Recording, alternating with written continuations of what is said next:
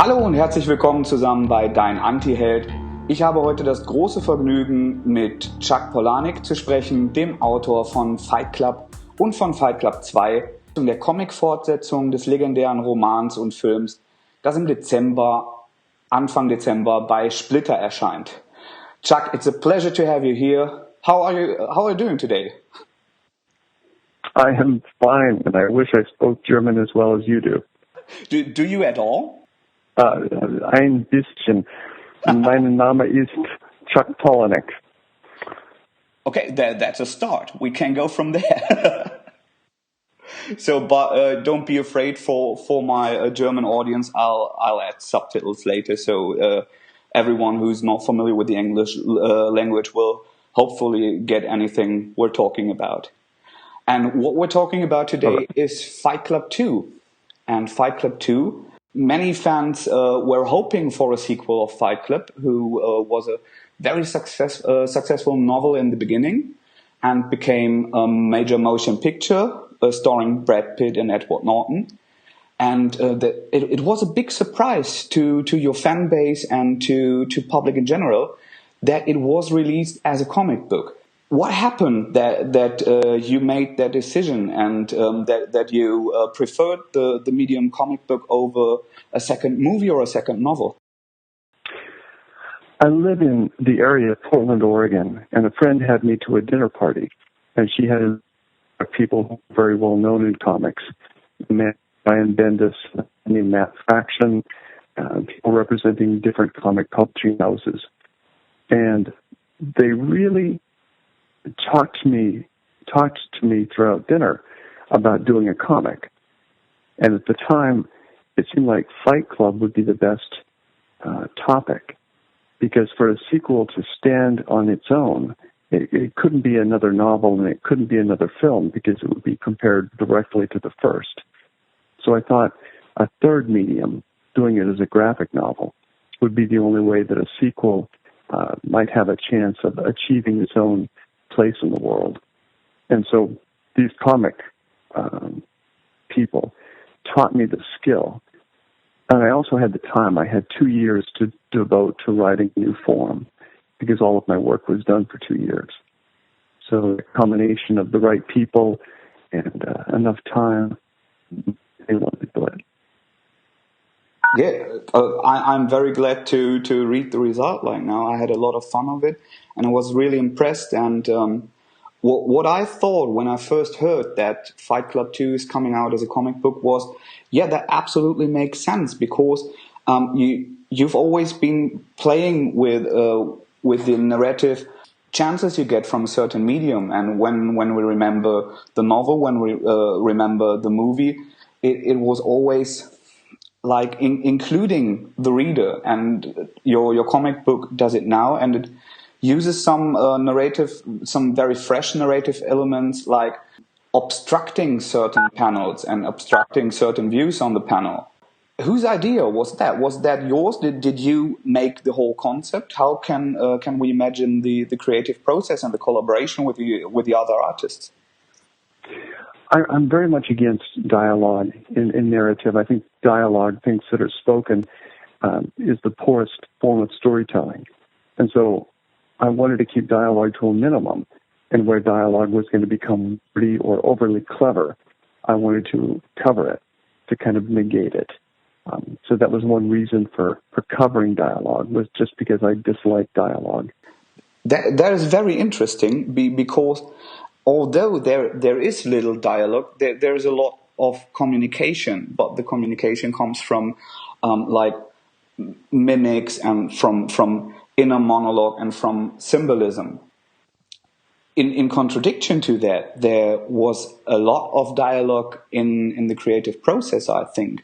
And what I read is that you actually have been in a room together with Cameron Stewart, with the other artists that were involved.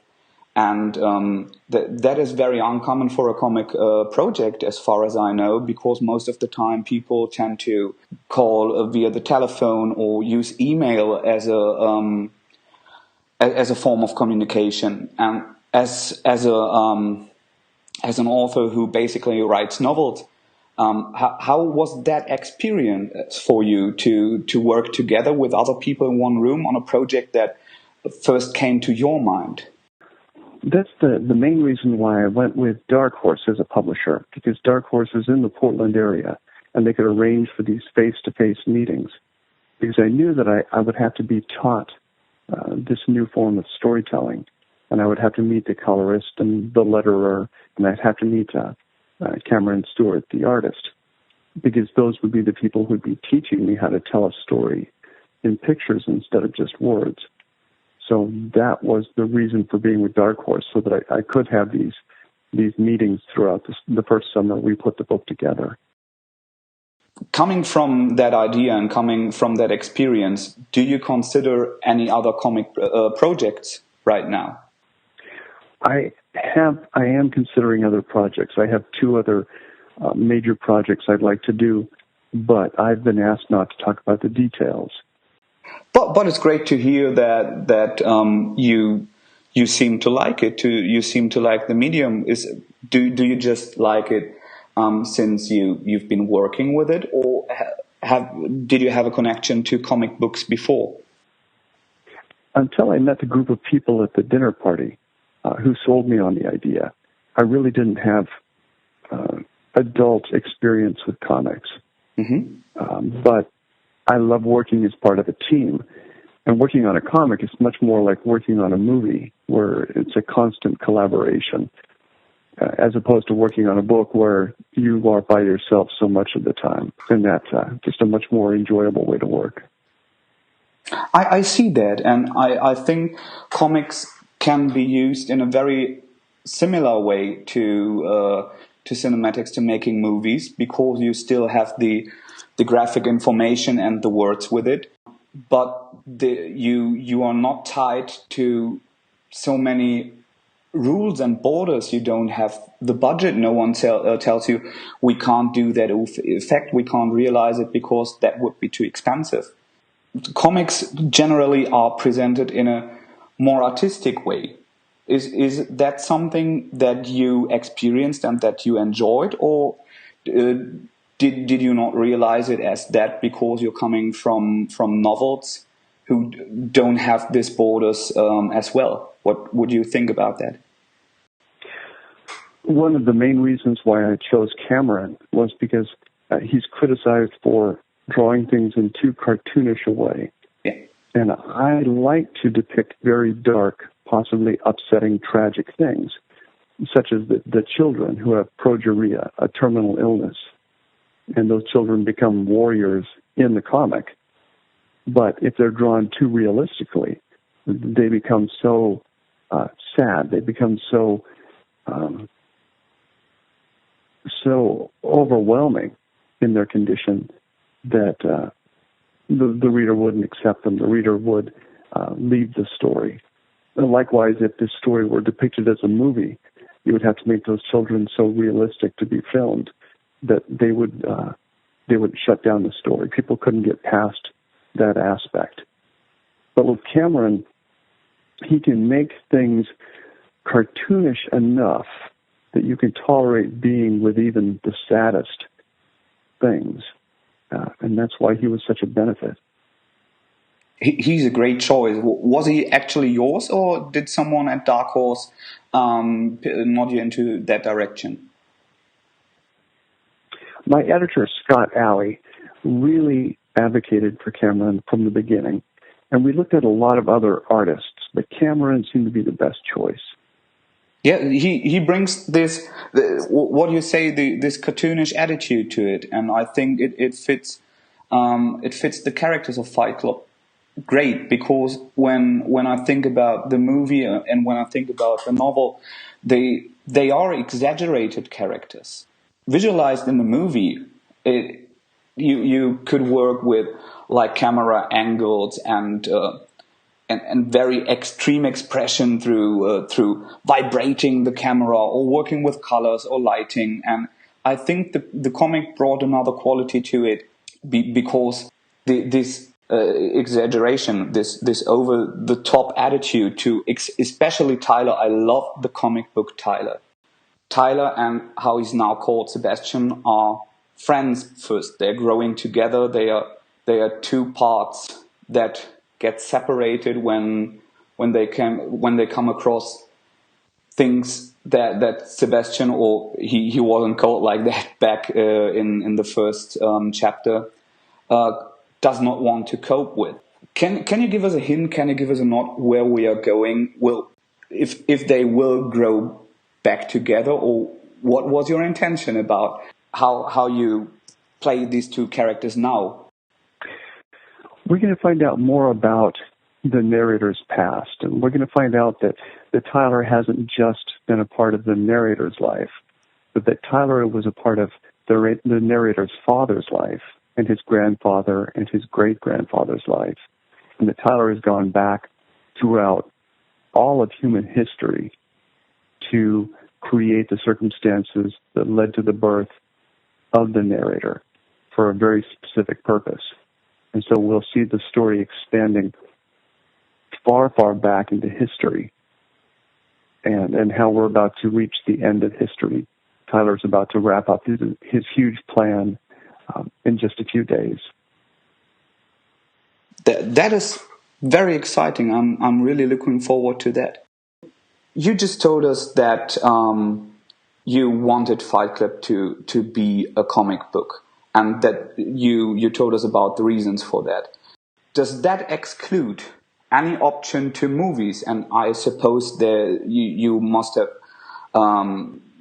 have been requested for writing a sequel as a movie as well. Have you been? I never invest very much effort in making my story applicable to a movie, to being movie friendly with the story. Whatever medium I'm writing in, I want to write to the strengths, the best thing, the power of that medium. And so I think if you're writing a graphic novel or a novel, trying to make a movie out of it, then you are cheating yourself of the advantages of the form that you're presenting in. And I'd rather take advantage of those. I absolutely agree with that. Still, I'd like to know if there were any requests about you doing or about a second movie. Did Fox ask you for an option for the comic book, for example, for making a movie of it? They already hold the rights to produce that. Those things are already negotiated out with the original contract. And they are kind of watching the popularity of the comic. We also have some television people who are watching how well the comic does, how well it's received. Yeah. So, yeah, that's it. Okay, I see. And what do you think about television shows becoming actually to me the better modern cinematic narratives? Are you into TV shows yourself, or are you perhaps even included in TV projects? One of my books, Survivor, my third book, is being developed for a TV series right now.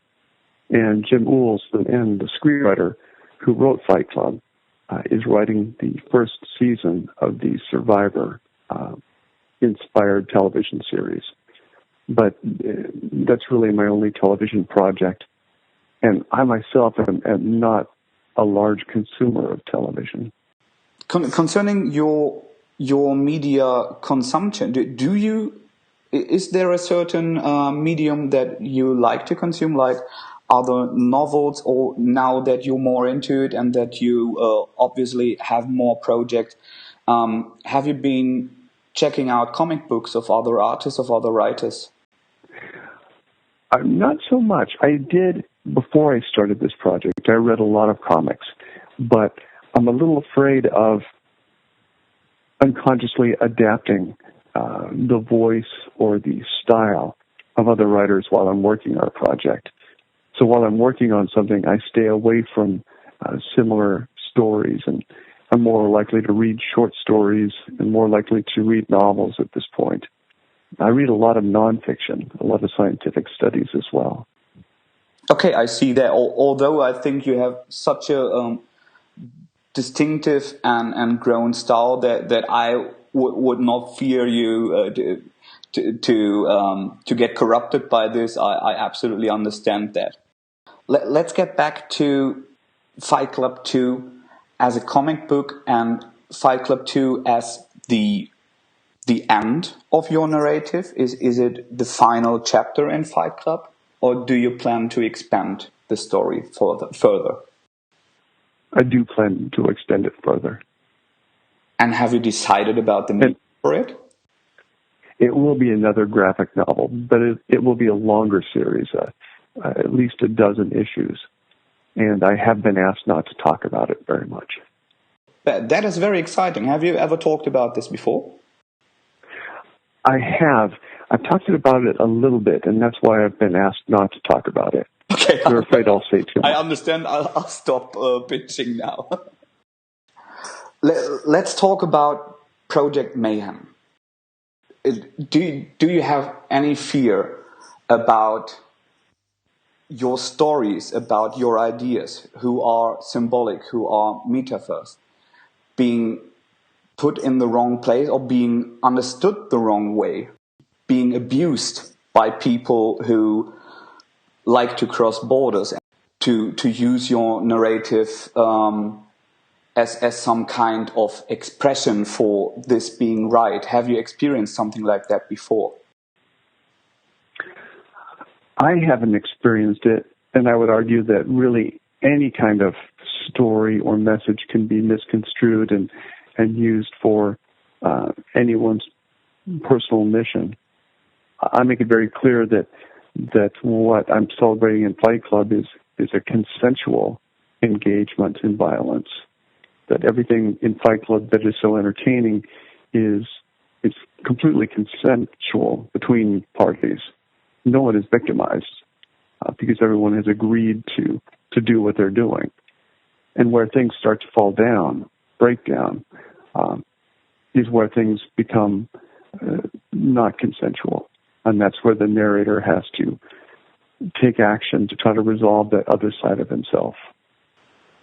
What we can see in this story, in the first story, is that when Tyler crosses a certain border, that the narrator wants to hold him back, and they separate. Although they are friends before, and the narrator likes this attitude of Tyler and likes to cross the borders of his own life. Is that something that came from your personal experience? Is there a part of you that crossed certain borders that the other part wanted to hold back? Or is it something that you learned in... I just read that you do these interview sessions with people that you like to get it out of other people what they experienced. No, really, Tyler was based on a friend of mine at the time who was a kind of a wild, free spirit. But and the Tyler that you see in the comic book is physically based on that Tyler. Is much more the original person than Brad Pitt was. But I did recognize that original person was perhaps too reckless. I couldn't be that person, but I was inspired by that person. I get that. I read about this concept of you to get people to tell their darkest secrets. Does that make you a little like a big tourist like Mahler is? Is that where that idea came from? Well, my training, my university degree is in journalism, and my first jobs were as newspaper reporters. So I recognized that gathering information from people and looking for patterns between the stories of different people and listening to what people are struggling with is a way of identifying important topics that should be talked about in fiction. So much of Fight Club was kind of doing a field study, primarily among the men I knew, about how they felt inadequate, or what they wish they had learned from their own fathers, how they felt disappointed by their fathers. And so Fight Club was really me going out and talking to a lot of different people, but about the same topics, and learning their experience and putting that all together. And it's very journalistic. I get the idea. Could you name a character in Fight Club that you feel the strongest connection with?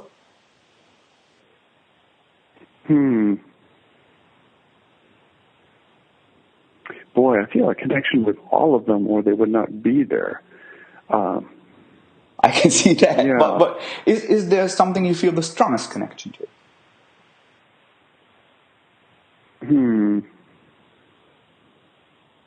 It seems obvious, but it would have to be the narrator. I see. Chuck, I think I got through all my questions. I thank you so much for letting me have this interview. And I'm really looking forward to the second volume of Fight Club 2. And I'm really looking forward to your other comic book projects, to your new novels, and to the TV show you just told us about. Is there anything you'd like to tell to your German audience before we finish the interview and get back to maybe you writing your stuff and maybe me preparing a YouTube video about this? I would love to come back to Germany. I haven't been for several years. And Cameron was actually living in Berlin when he started drawing Fight Club. So I think maybe the first 4 or 5 issues were drawn in Berlin. And now Cameron has moved to Edinburgh. So I hope someday to come back and to meet anyone who's enjoyed the book. I think you'll meet a lot of people who enjoyed the book. And maybe you can bring Cameron with you. He could show you some bars or something like that. That would be great. You have Comic-Cons, don't you?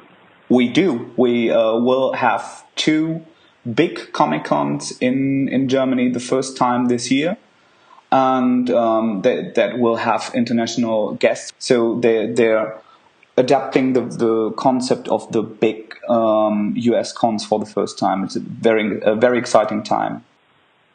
I would love to come back with Cameron. That would be terrific. We'd love to have you here. Thank you so much for everything, Jack. Thank you.